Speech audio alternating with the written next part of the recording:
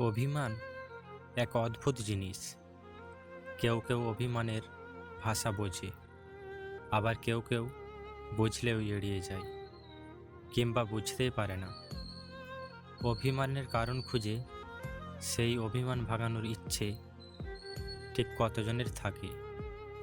অভিমানটাকে ইগনোরের কাছে বন্দি করে কত মানুষ অবলীলায় ছেড়ে যায়।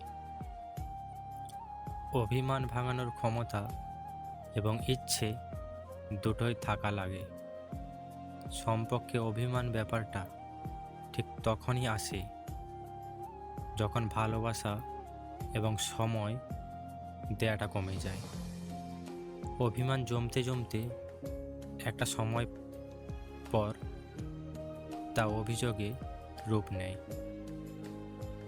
অভিমানে মায়া বাড়ে, ভালোবাসা বাড়ে, টান বাড়ে।